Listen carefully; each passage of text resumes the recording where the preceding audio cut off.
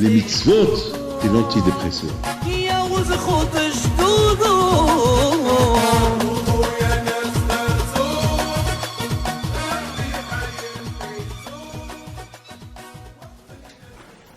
Peshut Arush Kolel.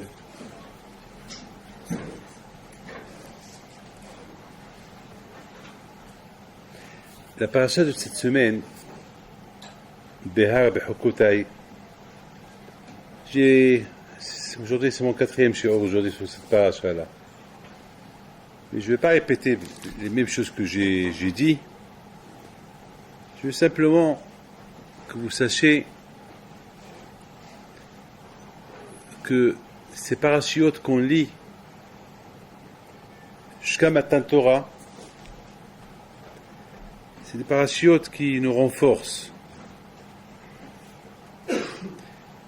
Ici en France, on ne souffre pas ce qui souffre en Israël, les pauvres, les Bnei Torah et les Bahari Yeshiva. Ici, Baruch Hashem, vous n'avez pas de stress.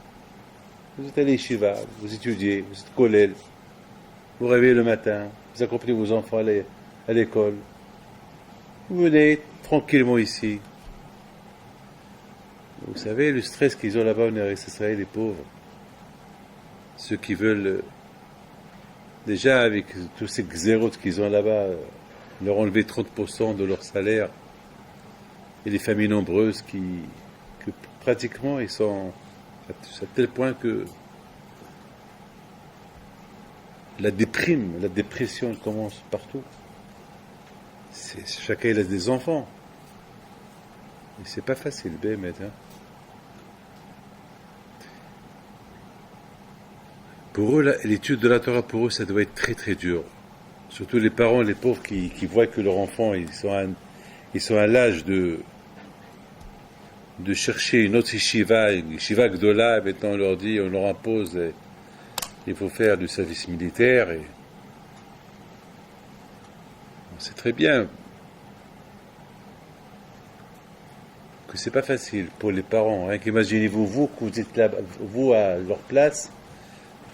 Vous qui avez eu une éducation Torah et que vous impose le service militaire, vous allez voir que c'est pas facile. Il y a ce qu'on appelle des akronotes, il y a ce qu'on appelle où on est né avec ça, ou on n'est pas né avec ça. On est né d'être un Eved Hashem, on est né pour être au service d'Hashem, c'est ça le service militaire. Vous allez me dire, oui. Vous savez que Eretz Israël, il a deux facteurs, deux choses qui protègent Eretz Israël. T'as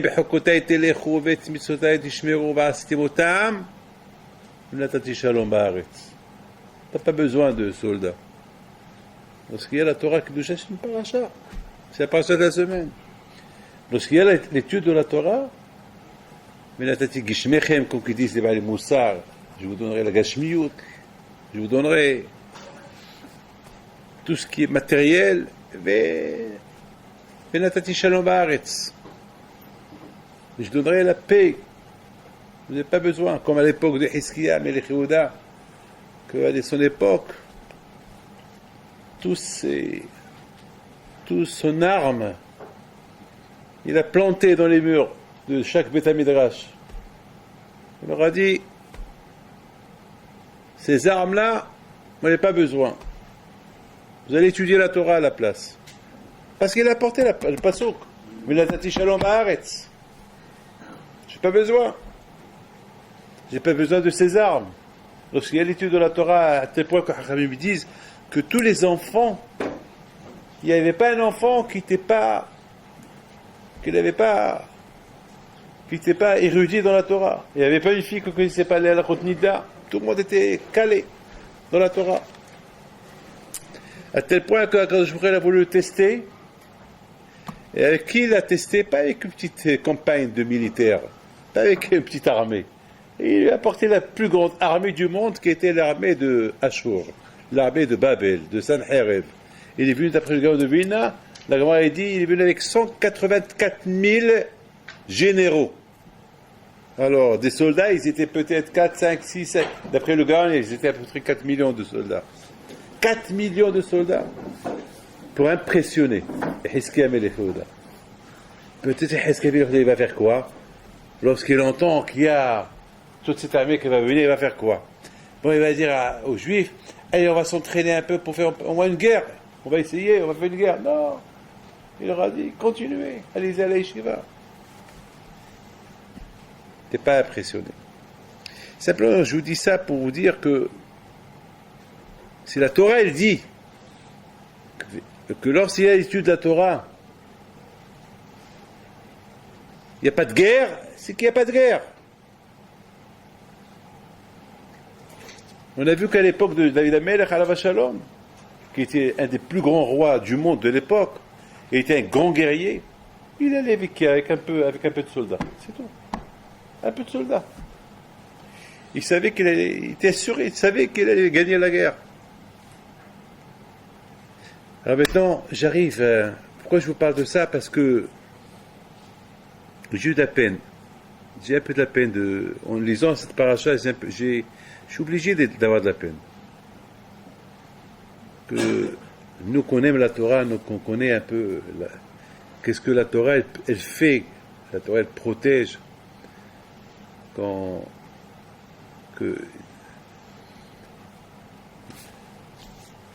Des bahurim, des jeunes qui vont être découragés d'étudier,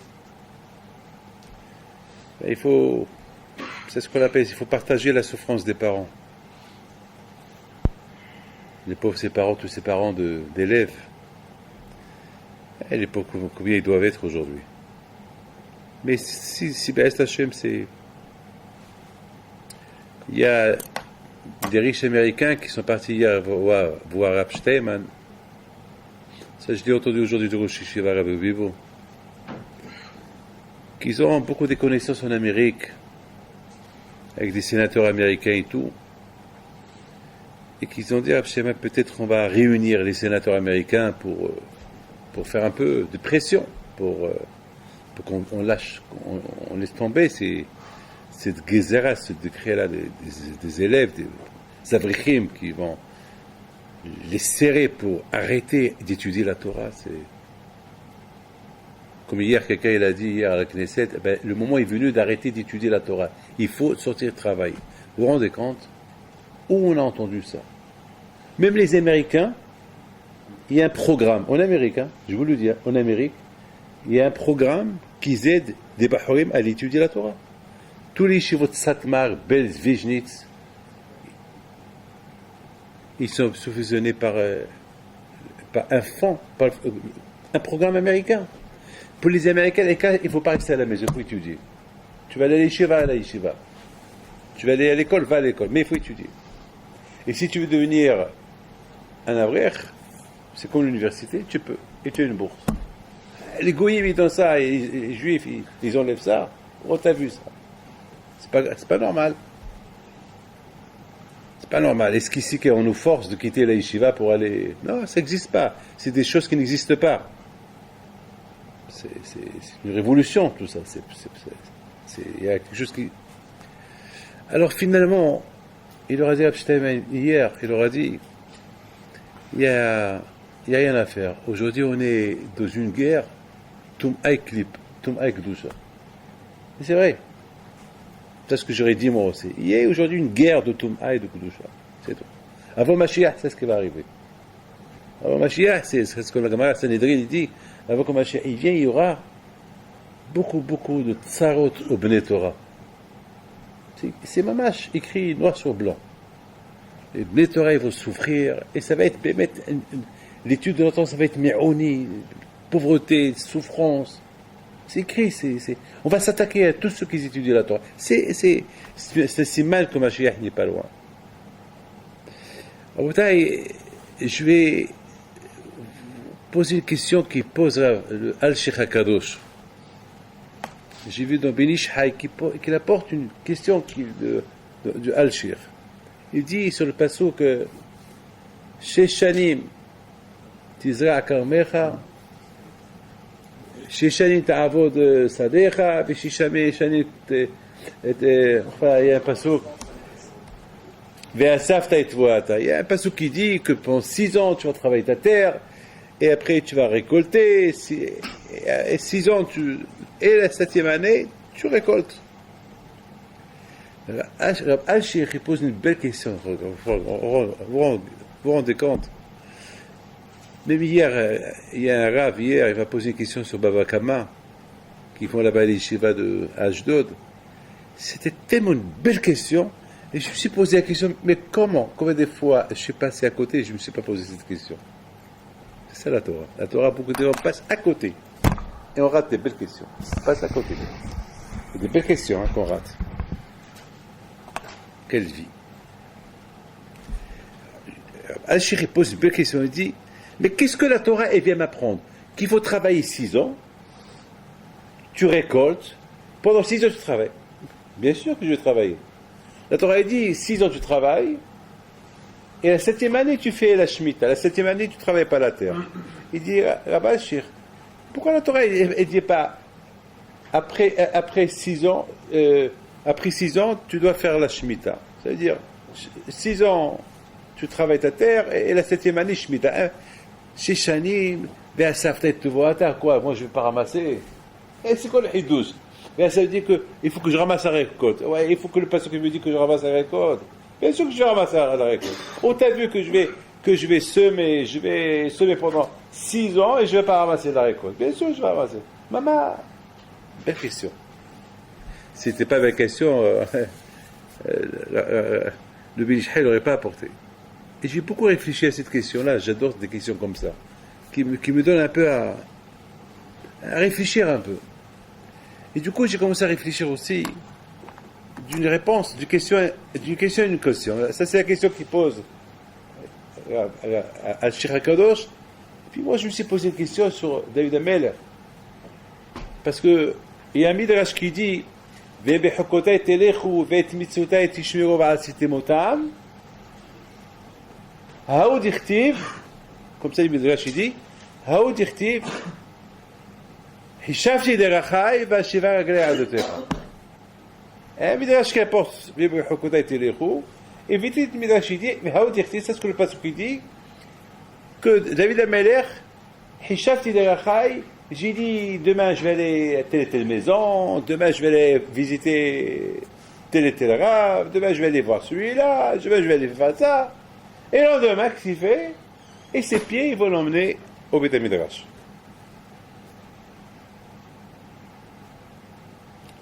La question, elle est grande. Dans le livre, dans des livres, j'ai vu hier soir une question qu'on pose dans des livres, et j'ai oublié son nom, Be'er Mehokak. Be'er Mehokak, c'est un grand Rosh Yeshiva américain, il est décédé à la Shalom, grand Baal Moussar. Il pose lui aussi cette question, quel est le rapport, quel est le lien entre le Pasuk, il faut étudier la Torah, et David Amelech qui pensait aller quelque part, et au lieu d'aller quelque part, il allait à la Yeshiva. Quel est le lien?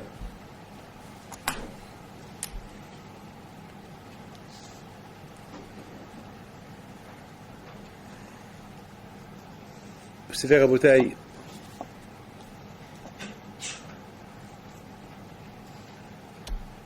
Combien chacun de nous il doit savoir que Akadosh Baruch Hu, il apporte des nisyonotes, des épreuves, selon nos forces. Il ne va pas nous apporter des épreuves qu'on ne peut pas supporter.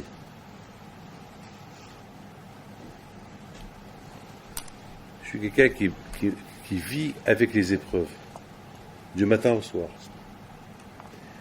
Et mon plus grande épreuve à moi,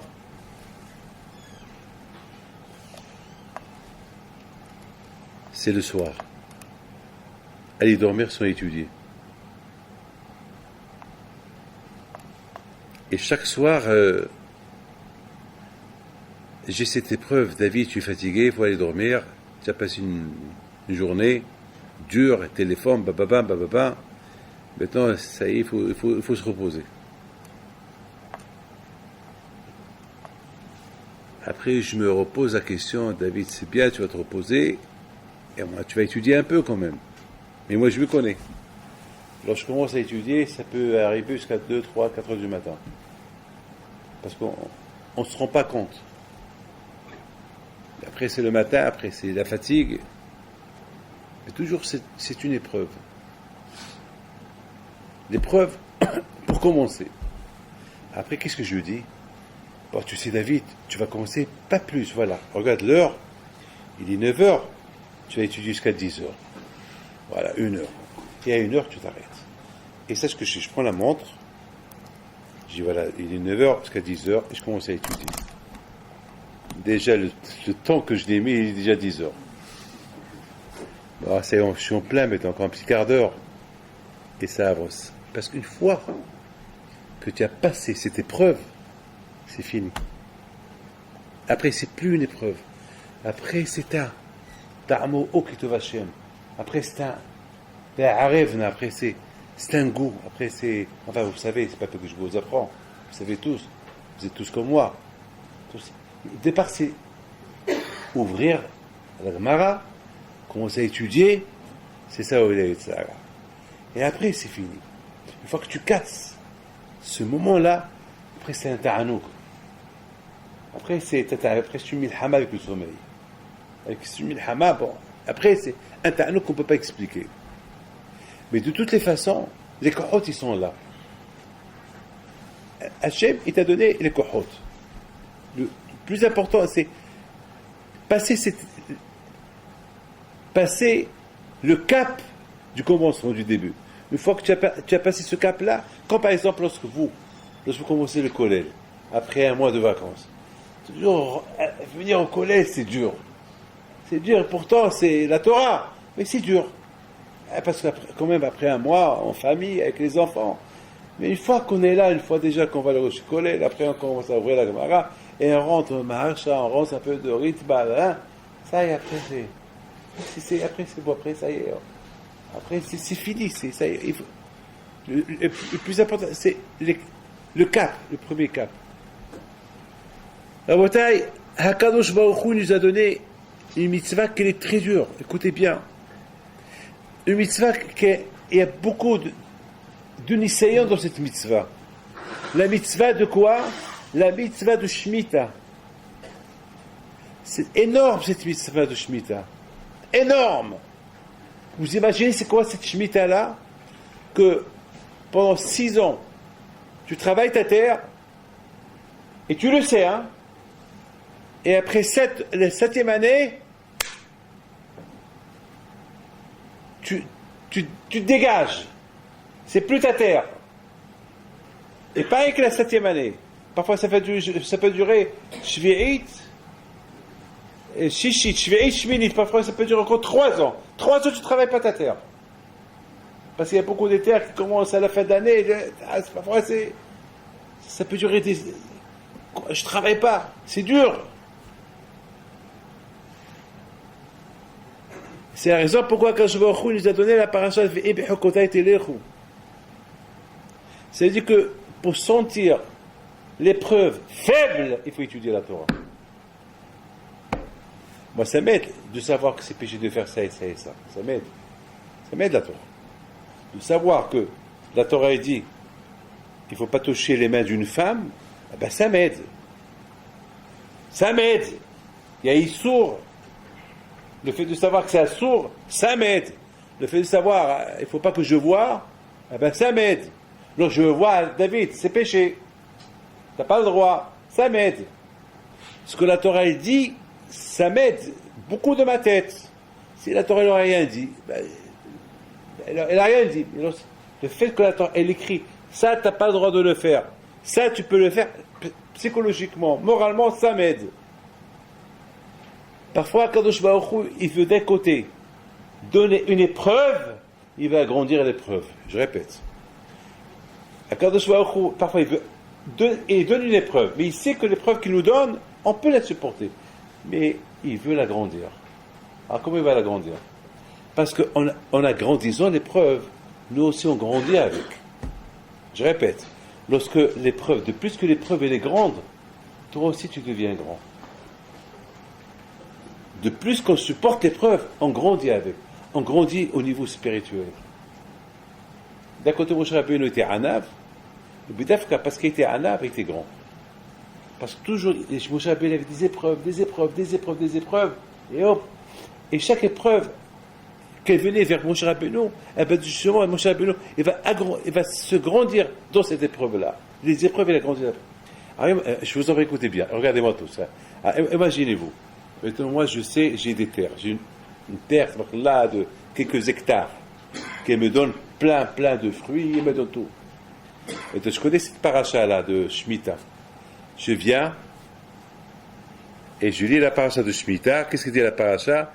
Tu vas semer, tu vas récolter. Première année. Tu vas semer, tu vas récolter. Deuxième année. Chaque fois que je récolte, je sais que ce qui m'attend dans 4 ans. La troisième année. Je sème et je récolte. La Torah, elle a dit Tisra, semer et récolter. Pourquoi? Parce que de plus que... Si la Torah simplement elle vient te dire après 7 ans que tu as travaillé ton truc, ton champ, tu fais la Shemitah. Bon, ça va, un petit passouk, rachetez votre petit passouk, comment ça passe? Allez, je travaille mon santé, je travaille mes champs, je travaille mes terres, et je sais.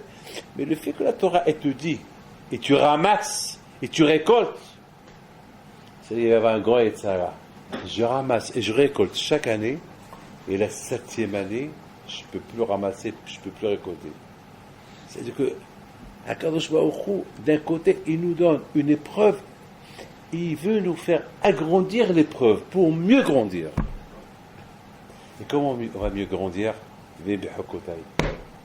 Lorsqu'on cherche dans la Torah. Toutes les épreuves, ils sont petits lorsqu'on étudie la Torah be'amal, lorsqu'on étudie la Torah avec effort. Les épreuves, on les croit grands, mais ils sont petits. Ils sont petits. Mais lorsque la beauté, on étudie la Torah, stam comme ça, on l'étudie, parce que il faut étudier. Sans amal, sans effort, sans amour, sans goût, sans rien du tout. Alors, lorsqu'il arrive une épreuve, on a un grand problème comment how to deal with it. Comment la confronter. Ça va être très très dur. Comment tu vas confronter cette épreuve-là? Ça va être très très dur, très très dur. Moi, je ne veux pas rentrer dans les détails. Je vous raconte une petite histoire. Toute petite histoire. Vous savez, il y avait une fois, je l'ai apporté ici avec moi parce que je voulais vous le lire. Ça c'est le Gemara Sanhedrin. Ma'asir Rabbi Yehuda Anasi, שישב ומסר את שיעורו, était une fois Rabbi Yehuda, Rabbeinu HaKadosh, il donnait son shi'ur, son cours de Torah, et voilà, soudainement il sent l'ail, et lui il n'aime pas l'ail. D'ailleurs ça m'a pesé un peu, et lui il n'aime pas l'ail. Il dit à ses élèves, Mi she'achal shum yetse, celui qui a mangé l'ail, qui quitte le shi'ur. Voilà. Amad Rabbi Hiya al raglav v'yatsa. Rabbi Hiya il se lève, il sort.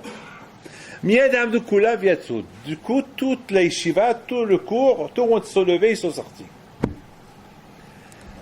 Le lendemain, Rabbi Shimon, le fils de Rabbi Yehuda Anasi, il rencontre Rabbi Hiya. Il lui dit, pourquoi hier tu as fait souffrir mon père? Je sais que mon père n'aime pas l'ail, et tu pues l'ail. Pourquoi tu... Amal Rabbi Hiya, il lui dit, Rabbi Hiya, l'outil kazot b'Israël, comment je vais faire souffrir ton père? Hasbi shalom. Le année achatiacho, je ne sais pas comment il a mangé l'ail. Tamid aher achalo, c'est un autre qui l'a mangé. Et là, kedei shelo le baishu ya etzatiani. Pour ne pas lui faire honte, je me suis levé, je suis sorti. Quel midot! Et la Gemara il dit, et de quel Rabbi Hiya il a appris? C'est que je voudrais écouter ça. Et de quel Rabbi Hiya il a appris ça? Mais Rabbi Meir, il a pris ça de Rabbi Meir. Pourquoi? Il y avait une fois une femme, elle rentre au Beth Midrash, tous les élèves ils sont là, et elle dit, Rabbi, il y a un parmi vous ici qui dit Shoti Bibéa. Quelqu'un ici parmi vous, il m'a marié en allant avec moi. Il m'a dit, voilà, tu es ma femme avec cette relation que je vais faire avec toi. Ah, mais toi, je ne sais pas qui est. Il y a un parmi vous. Qu'est-ce qu'il fait Rabbi Meir? Rabbi Meir, lui, il se lève. Oh, allez, là. Oh, oh. Imagine, vous, il fait ça. Oh, ça va être dans tous les journaux, dans le monde entier. Ahmad Rabbi Meir vekatav ala get. Rabbi Meir lui-même, il se lève, il lui dit peut-être c'est de moi, il lui donne un get. Miyad amdu kula vekatvu get kritot enatmula. Tout le monde, du coup, toute la yeshiva, chacun a commencé à écrire un get à cette femme-là. Donc cette femme, elle a reçu peut-être son get. Et la Gemara dit, Af Rabbi Meir le me'atzmo asaken, et là, la mat zot mishmuel akatan. C'est-à-dire, même Rabbi Meir, ce qu'il a fait, il n'a pas fait ça lui-même, parce que lui, il a pris ça de Shmuel akatan. Et qui s'est fait Shmuel akatan? À côté de Rabotai, et la Gemara, elle apporte. Et Rabotai, j'ai eu la chair de poule. J'ai dit, bon là, comment Rabbi Meir, il a fait ça? Comment Rabbi Hiya, il a fait ça? C'est des épreuves terribles. C'est une épreuve terrible que Rabbi Meir, c'est Rabbi Meir Balanès. Bon là, il va laisser croire tout le monde que c'est lui qui a été avec cette femme-là. C'est grave ça. C'est une épreuve terrible pour Rabbi Meir. Mais Rabotai, justement, c'est comme ça les tzadikim. Les tzadikim, ils cherchaient des épreuves comme cela, pour les résister, pour grandir. Parce que Rabotai, Rabbi Hiya, il n'a pas mangé l'ail. Pourquoi tu te lèves, Rabbi Hiya? Eh bien, pourquoi il se lève?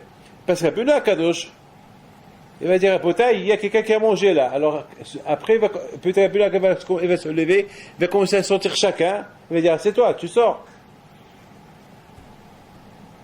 Rabbi Hiya, alav shalom, kama gdoli ma'aseh Hiya.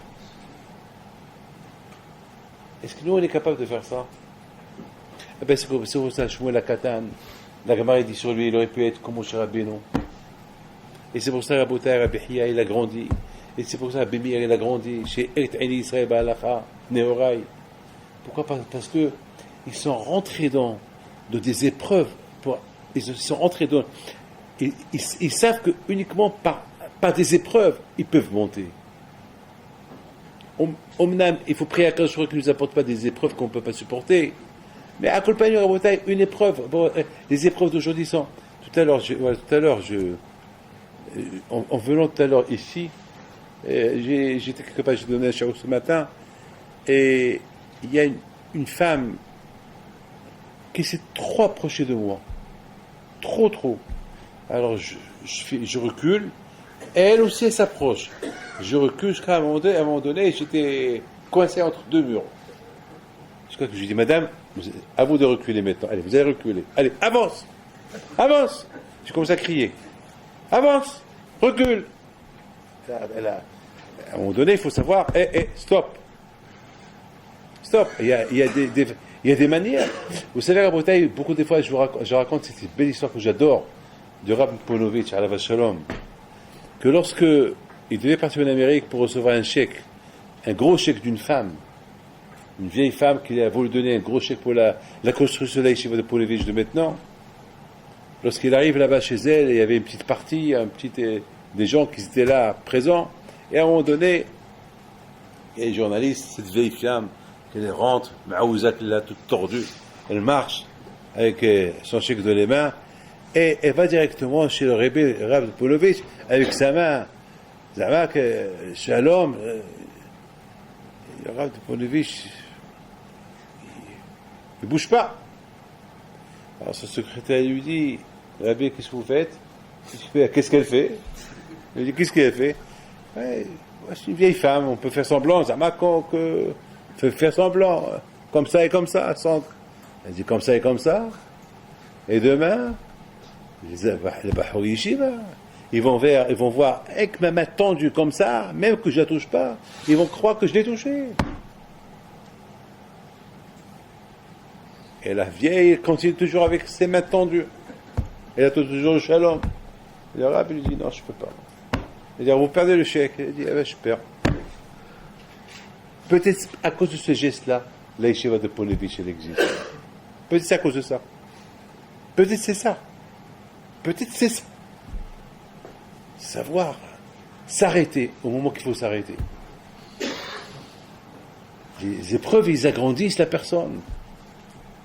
Quand je me bidafka, il a été mis, quand je il a étalé des psukim et des psukim dans la Torah.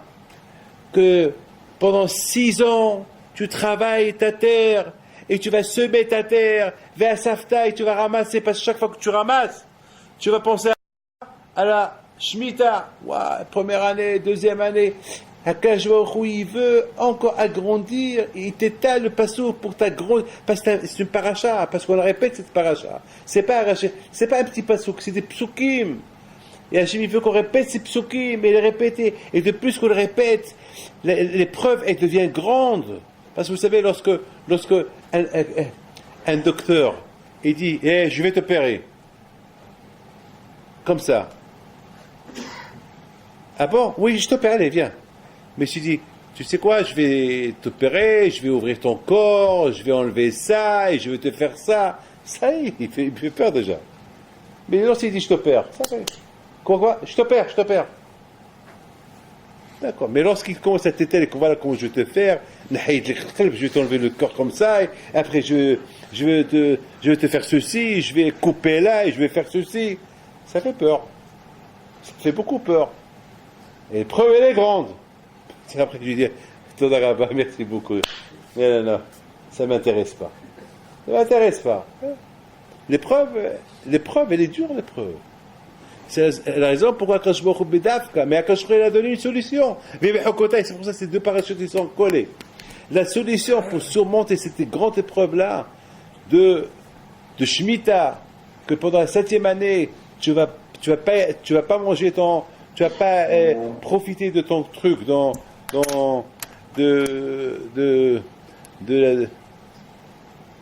tout ce que tes terres ils vont te donner, tu les donnes aux pauvres. C'est uniquement lorsque tu étudies la Torah. Maintenant, Rabotai, vous comprenez très bien aujourd'hui, c'est combien des épreuves il y a aujourd'hui, combien des épreuves énormes. Monter dans le métro, c'est une épreuve, prendre le bus, c'est une épreuve, prendre un taxi, c'est une épreuve, prendre les aéroports, c'est une épreuve. Vous savez, avant-hier matin, j'étais chez l'ophtalmo, je devais partir à l'hôpital pour tester la tension dans mes yeux. Il y avait là-bas, chez Mishmor, quel guilou arayot il y avait. Et j'étais obligé d'être là-bas. Et j'ai beau abaisser mes yeux, j'ai beau ne pas... Vous savez, la première fois dans ma vie que j'ai été chez l'ophtalmo, je commençais à voir que je n'allais pas bien voir. Et c'était Léon Haddad qui m'a pris chez l'ophtalmo. J'ai dit, Léon, je t'en prie, je veux un homme, pas une femme. Il me dit, Rabbi David, oui, je connais ces mots, c'est le mien. Et voilà, c'était un vendredi après-midi, c'était en plein été. Et voilà, c'était une femme. Je dis, Léon, ben oui, c'est... madame, où il était? Ben il n'est pas là aujourd'hui, c'est moi qui le remplace. Elle ferme la porte. Bonjour. Et avec ses mains, je dis, madame, c'est pas prévu. C'est pas prévu, je dis. Non, c'est pas prévu, je dis, madame. Pourquoi? Qu'est-ce qui se passe? Non, rien. J'ai fait le monsieur qui donne pas mes mains. Je suis pas... Il n'y a pas d'inflation avec mes mains. Mes mains, c'est mes mains. Mes mains, je les garde pour moi. J'ai été un peu vexé. J'ai expliqué, vous savez, c'est la religion. Alors, je m'assois, elle me dit, bon, comment je vais faire? Parfois, il faut que je vous touche. Je dis, madame, si vous êtes obligé, vous êtes obligé. Alors, c'est ce qu'elle a fait. Et dans ma tête, je pensais, Shema Israël, Adonai Eloheinu, Adonai Echad, Ve'ahavta et Hashem, Elokecha, B'chol levavcha, B'chol nafshecha, B'chol meodecha, et voilà. Ouvre les yeux, en haut, en bas, hein. Après, elle me dit, tourne, je tourne la tête, mais elle, il faut avec ses mains. Alors, à la fin, elle me dit, mais, je peux vous poser une question? Je dis oui. Elle me dit, mais, vous n'avez pas voulu me serrer les mains, mais vous m'avez laissé vous toucher votre visage. C'est quoi My high? What's this? C'est quoi ça? Je dis, madame, il y a une grande différence entre ça et ça. entre mes mains et mes yeux. Lorsque je suis rentré chez vous, vous m'avez donné votre main et je ne vous ai pas donné mes mains. Pourquoi? Parce que on peut dire bonjour sans se toucher les mains. On n'est pas obligé de se toucher. On peut se dire bonjour avec un sourire. Madame, lorsque vous êtes dans la rue, vous serrez les mains à tout le monde? Non. Non, on dit bonjour, bonjour. Vous ne connaissez pas, vous connaissez pas. Mais là, lorsque vous avez commencé à m'ausculter, donc je suis entre vos mains. Donc, puis je suis entre vos mains, alors je vous laisse mon visage. La Torah le permet. Faites de moi ce que vous voulez. Mais lorsque je suis rentré chez vous, vous ne pouvez pas faire de moi ce que vous voulez parce que j'étais encore entre mes mains. Il y a une différence être entre mes mains ou être entre. Médicalement, je suis entre vos mains. Mais lorsqu'il n'y a pas de médicalement, je suis entre mes mains, je dois me faire attention. Et elle a accepté. Il me dit alors la prochaine fois, si vous venez, je peux vous ausculter. Je lui dis madame, non. Parce que, enfin vous comprenez pourquoi, parce que après ces discussions, c'est mieux que vous ayez pu m'ausculter. Mais c'est ça, raconter les épreuves de chaque jour. Ah oui, le Sahara est fort, hein. Ne croyez pas que. Elle n'a pas trop posté à Rayot. Il n'y a pas de tuteur à la débauche. Très très dur. Vous savez, c'est fort, hein. Vous avez beau être vieux, mais le Sahara est très fort. Et très très fort. Dans les marchavot, etc., etc., etc. Vous comprenez, Betosh Tamil, vous comprenez David Amelech, alav shalom, Hishavti derachai. Il pensait, demain je vais faire ça, demain je vais faire ça, demain je vais faire ça. David Amelech est rentré dans l'émissionnote. Demain je vais faire ceci, demain je vais faire ça. Il programmait un programme de demain, qu'est-ce que je vais faire demain, qu'est-ce que je vais faire demain. Mais David Amelech, alav shalom, il voulait se tester. Mais le lendemain, le lendemain, David Amelech, alav shalom, tout de suite, il voyait son programme, il voyait son emploi du temps d'aujourd'hui, tout ça.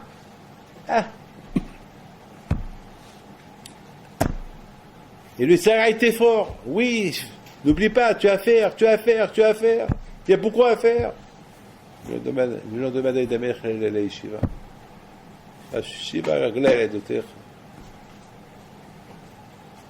Lorsqu'un beauté un homme, celui qui aime la Torah,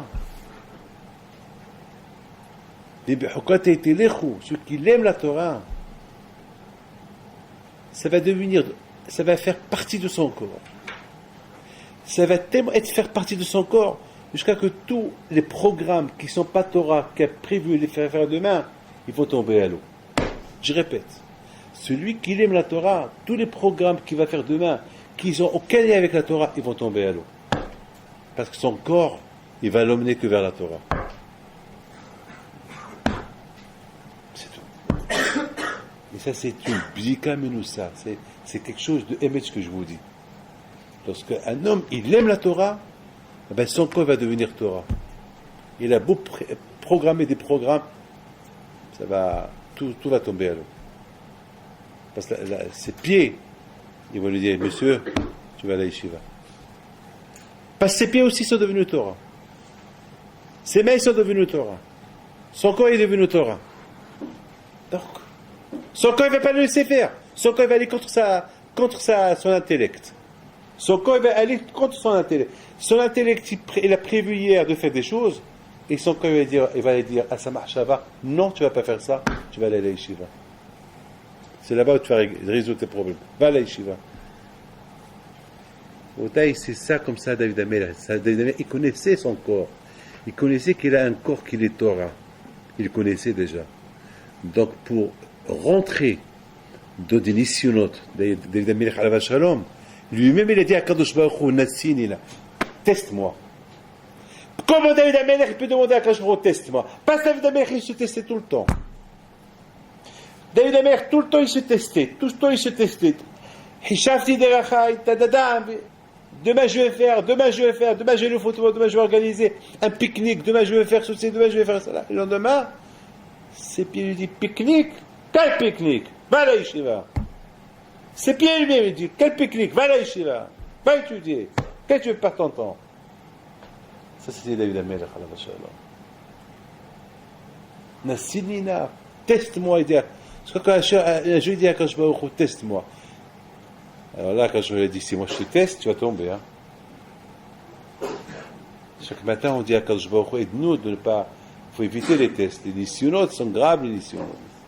Il ne faut jamais, à cette époque, la Gemara dit que si vous avez deux rues, dans une rue il y a une femme, et dans l'autre rue il y a un lion, Ahari Hari, Velo Ahari Isha.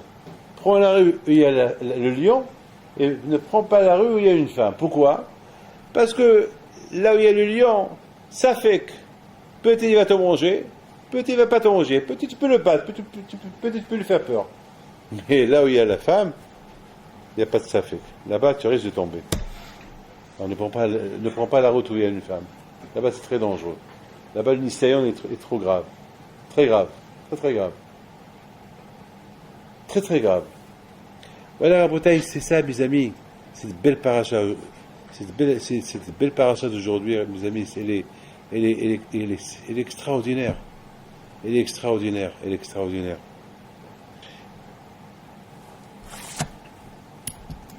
J'ai mis 2 pièces dans ma poche pour que je me rappelle d'une histoire.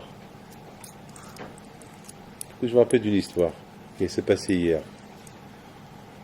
Vous savez, il y a beaucoup de... Aujourd'hui, malheureusement, il y a beaucoup de malades, hein, aujourd'hui. Plein. Chez Mishmor, plein de malades. Aïe. Et écoutez, tout ce qu'on écoute chaque jour, c'est Zemehaye. Ça donne beaucoup de... Ça nous donne beaucoup de hizouk, de dire à Kadosh Baruch Hu, merci à Kadosh Baruch Hu. Merci à Kadosh Baruch Hu. Merci à Kadosh Baruch Hu, faites. Grâce à Dieu, Baruch Hashem, on est bien, grâce à... Par rapport à tout, on est bien, Baruch Hashem.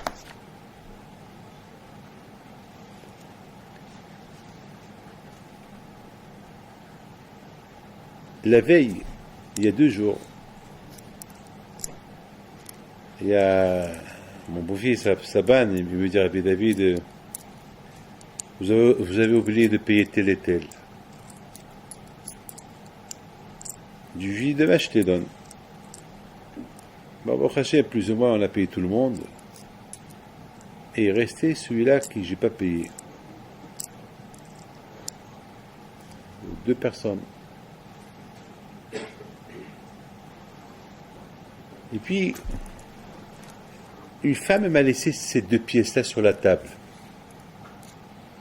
Je dis, Hachem, avec ça, je ne vais pas les payer. Alors, Hachem, je veux que tu me donnes l'argent pour le payer. C'est pas avec ça que je vais les payer. Et depuis hier, je joue avec. Je joue. Et chaque fois, je les vois, depuis hier matin, je les vois. Et je vois ici comment il s'appelle, l'aigle. Et ça m'a rappelé, ça être al-Kanfé les Sharim. Alors, Baruch Hu les a pris sur les ailes de l'aigle pour aller faire, d'après un Midrash, pour aller faire Korban Pessah. On est resté Israël, de l'Égypte. Bon, on est ma'amin, on croit. Je dis à Kadosh Baruch Hu, moi je ne veux pas aller ni en Égypte, ni en Israël, ni nulle part, je veux 2000 €. C'est ce que je veux. Mais je les veux, maintenant. Ben, mais je n'avais pas d'argent. Un peu. Et chaque fois, je rigolais tout seul, je disais à Hachem, sinon je vais lui donner ça. Il va rigoler, il va s'énerver. Avec Akadosh Baruch Hu, on peut se permettre, lorsqu'on est habitué avec lui, on peut se permettre. Lorsqu'on l'aime, c'est comme un bébé. Un bébé que son père il joue avec lui. Comme ça, on est le bébé. Lorsqu'on étudie la Torah, on devient les bébés de Akadosh Baruch Hu. Il nous adore, il nous aime. Voilà, il y a une personne qui vient. Elle me dit, je suis le frère de Gabriel. Ah, bah, qui Gabriel? Je sais pas, qui Gabriel? Bon, ça y est. Et c'est le papa. Je dis, madame, c'est qui Gabriel? Elle me dit, Gabriel X de Miami. Ah, vous êtes sa soeur, il va bien? Ah ben, il est là. Ah bon? Très bien. Il est où? Ben, je pense qu'il va rentrer. Eh bien, il rentre. Après 10 minutes, il rentre. C'était pas prévu, qu'il rentre. Il me dit, Rabbi David, je devais partir à Bruxelles et je suis venu à Paris. Je dis, comment? Il m'a dit, je sais pas. Je dois pardonner, hein. Il m'a dit, je sais pas. Je dis, comment? Vous devez partir à Bruxelles, vous êtes venu à Paris? Il m'a dit, oui, je sais pas. Et maintenant, je vais à Bruxelles. Mais c'est votre sœur? Il m'a dit, oui, c'est ma sœur parce que, voilà, je l'ai vue. Je ne savais même pas qu'elle allait être là. Je dis, qu'est-ce que vous faites là dans le plateau? Il m'a dit, pas parce que j'avais faim, et j'ai vu telle était la rue du plateau, un restaurant, et en venant, mais je dis, mais après je vois les gens qui rentrent, qui sortent chez moi, après je vois ma soeur, ben voilà. J'ai dit, quelle surprise, et quelle coïncidence. Il me dit, quelle coïncidence, de ma tête, j'ai dit. Je rigole pas. De ma tête, j'ai dit, ça, c'est pas une coïncidence. Je dis, ma chéro. Je dis, Hachem, si Béhémet, il me donne ce que j'ai besoin maintenant, Kol HaKavod. Je t'adore. Tu es super. Tu es bien. Je t'aimerais plus. Là, je saurais que tu es un bon papa. Pour tes élèves, pour tes Am Israël. Mais s'il me donne moins, je vais t'embêter. Je lui ai fait une bracha, il laisse sur la table, ma main sur la table, pas sur une enveloppe. Je lui dis, il y a tant? Il me dit oui. Je lui dis, vous voulez écouter mon histoire? Il me dit oui. Je vous avais dit que c'est une coïncidence que vous avez atterri ici à Paris. C'est pas de coïncidence. C'est Hachem qui savait que j'avais besoin de ça. Et Hachem, il a fait que lieu que tu vas à Bruxelles, tu viens à Paris. Après, tu as eu peur, tu as eu faim. Lieu que tu cherches, tu trouves un restaurant, je sais pas où, au 17e, ou au 16e, ou au Marais, je sais pas quoi. Tu es venu à la rue du Plateau. Après, tu vas tes gens, après, tu vas ta soeur, qui ne savait même pas que tu étais là. Et alors, une fois que je lui dis tout, il me dit, Rabbi David, je peux vous poser une question? Je lui dis oui. Il me dit, et vraiment, c'est tout ce que vous avez besoin? Je lui dis, pour le moment, c'est tout, sauf si William, il a oublié d'autres personnes. Il va, il demande à William, il dit, il me manque encore 3000. Alors, je lui dis, lundi, je te les envoie. Comment vous comprenez ça? Dites-moi. Comment vous comprenez ça? Comment, et de là-bas, et de chez moi, il est parti à Bruxelles. Comment vous comprenez ça? Eh bien, mes amis, ça, on le comprend très bien lorsque on n'est pas acharné sur l'argent. On ne voit pas dans l'argent primordial, c'est ça ma vie. Ma vie, c'est la Torah. C'est pas mes champs. C'est pas tous mes hectares pleins de fruits, pleins de blé. Ouais, pour moi, tout ça. Tout ça, ça vient de Hakadosh Baruch Hu. Chaque année, je fais la récolte. Et chaque année, je sais qu'il me reste 6 ans. Et je fais la deuxième année de la récolte. Et encore, je sais qu'il me reste encore 4 ans. Et je sais que l'épreuve, elle grandit d'année en année. Mais c'est rien pour moi, tout ça. C'est Hachem qui m'a donné, Azma, c'est Hachem qui veut que je donne. Maïesh. Ma baya. Voilà, je connais quelqu'un ici qui était milliardaire. Et aujourd'hui, Hachem est mort. Le pauvre, il fait de la peine aujourd'hui. Il pleure chaque jour, il pleure. Pourquoi? Là, malheureusement, il n'a pas fait son marasser. Il n'a rien fait. Il se disputait pour donner même un franc. Il ne voulait pas. Il voulait les garder. Ouais, il a tout perdu. Hachem, lorsqu'on écoute, mais encore une fois, on aime la Torah, on aime moins l'argent. On aime beaucoup l'argent, c'est qu'on n'aime pas la Torah. C'est tout, hein. Bien sûr, on a besoin d'argent pour payer nos frais, pour manger, pour vivre. Bien sûr, on a besoin. Mais il ne faut pas que ça soit un goût matériel. C'est-à-dire que c'est ça ma vie. Il ne faut pas que ça soit c'est ça ma vie. Il faut qu'on arrive à dire, ma vie c'est la Torah. Et lorsqu'on arrive à ça, le reste, il est facile. Voilà, Rabotaï. Alors, je vous les laisse, je ne sais pas quoi que vous allez faire avec. On a fait des photocopies, prenez. Allez, cachez-vous, protège. Et vous donne Bachavet, Sahak et Ratson. Et que vous soyez tous des bons Talmidei Chachamim et bonne réussite. الحرب نبت